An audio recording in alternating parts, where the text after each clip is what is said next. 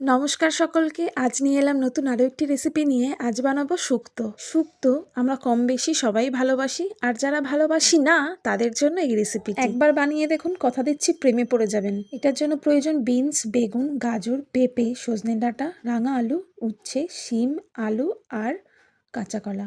আর লাগছে আদা জিরে বাটা, পোস্ত বাটা, দুধ। প্রথমেই সমস্ত সবজিগুলোকে খুব ভালোভাবে ধুয়ে কেটে নেব। কড়াই গরম করে যেটা সব থেকে প্রয়োজন, বড়ি না দিলে শুক্তো একদম জমে না। বড়িটাকে একটু লাল লাল করে ভেজে তুলে নেব। এবার সমস্ত সবজিগুলোকে এক এক করে ভেজে নেব। সবজি ভাজার সময় প্রত্যেকটা সবজিতেই নুন দিয়ে ভাজতে হবে, তবে সমস্ত সবজিগুলো কিন্তু একসঙ্গে ভাজা যাবে না। একটা সবজি ভাজা হলেই সেটাকে তুলে নিয়ে তারপর আর একটা সবজি ভাজতে হবে। সবজিগুলো ভাজা হতে থাকুক, ততক্ষণ চলুন আপনাদের সঙ্গে কিছু গল্প করা যাক। জানেন তো, রান্না করতে আমার ভালোই লাগে, তবে আমার যখন বিয়ে হয়েছে তখন আমি রান্নার কিছুই জানতাম না। হ্যাঁ, মিথ্যা বলবো না, শুধু হাতাখুন্তি ধরতে জানতাম আর সামান্য কিছু। তবে বিয়ের আগে আমি কোনো কিছু রান্না করতে গেলে আমার হেল্পার থাকতো আমার ছোট বোন। সবজি কাটা, মশলা বাটা, এমনকি রান্নার পরের বাসনগুলোও সেই মাজতো। আমার কাজ ছিল শুধু ফাঁকিবাজি, একটু খুন্তি নাড়ানো। সমস্যাটা হলো ওই জায়গাতে, আমি কাটতে বাটতে পারি না আর ও খুন্তি নাড়াতে পারে না। তবে বর্তমানে এখন আর সেই সমস্যাগুলো নেই, এখন দুজনেই খুব ভালোভাবেই সব কিছু শিখে গেছি। তবে একটা হাস্যকর ব্যাপার হলো, আমি এখনো পর্যন্ত যেটা পারলাম না সেটা হলো জ্যান্ত মাছ ধরা বা কাটা, যেটা আমার বোন খুব ভালো পারে। ওটা বোধহয় এই জন্মে আমার পক্ষে আর সম্ভব হয়ে উঠবে না। যাই হোক, ফেলে আসা দিনগুলোর কথা অনেক মনে পড়ে, তাই আপনাদের সঙ্গে একটু শেয়ার করলাম।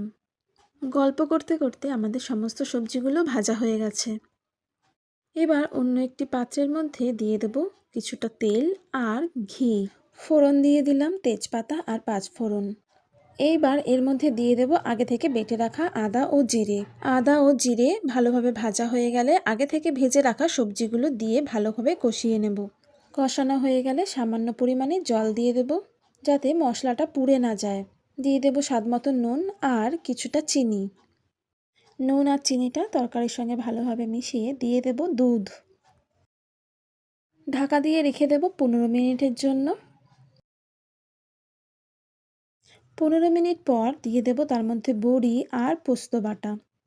আরও 5 মিনিট খুব ভালোভাবে ফুটিয়ে নেব। নামানোর আগে দিয়ে দিলাম 1 চামচ ঘি।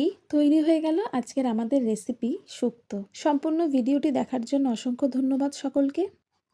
ভিডিওটি যদি ভালো লাগে তবে একটি লাইক, কমেন্ট, শেয়ার ও সাবস্ক্রাইব করে পাশে থাকবেন, উৎসাহ পাবো এগিয়ে চলার।